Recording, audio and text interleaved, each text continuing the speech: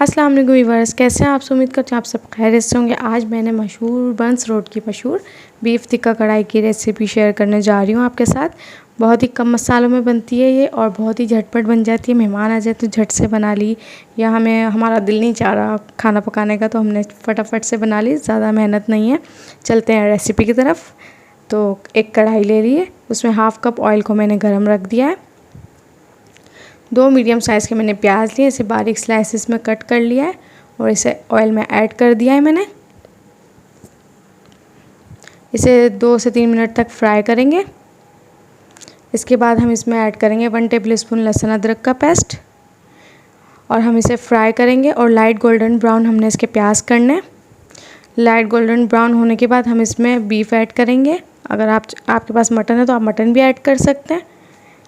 यह आधा किलो मैंने गोश्त लिया है बीफ का, ये ऐड कर दिया। और ये 2 मीडियम साइज़ की मैंने टमाटो पेस्ट की प्यूरी तैयार की थी, इसमें 3 से 4 मैंने हरी मिर्ची भी पीस ली थी, इसे ऐड कर देंगे।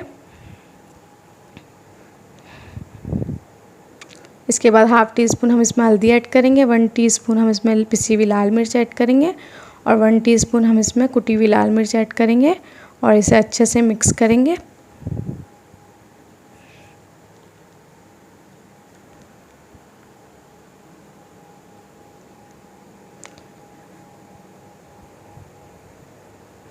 बहुत अच्छे से इसे मिक्स करेंगे।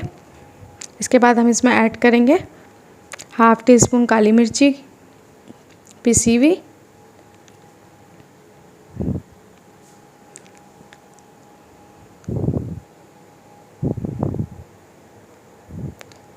इसे 2 से 3 मिनट तक पकने देंगे।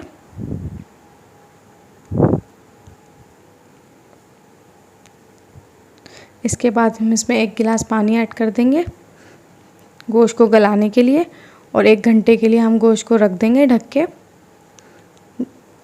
ताकि गोश्त बहुत अच्छी तरीके से गल जाए। नमक ऐड करेंगे, मैंने 1/2 टीस्पून ऐड किया है। अब 1 घंटे के बाद ये गोश्त बिल्कुल रेडी हो चुका है, बहुत अच्छे से गल गया था। इसके बाद मैंने इसमें ज़ीरा और सूखा धनिया ऐड किया है, इसमें क्रश कर लिया था मैंने।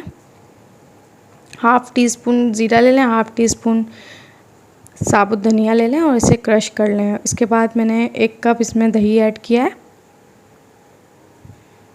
मिक्स करेंगे।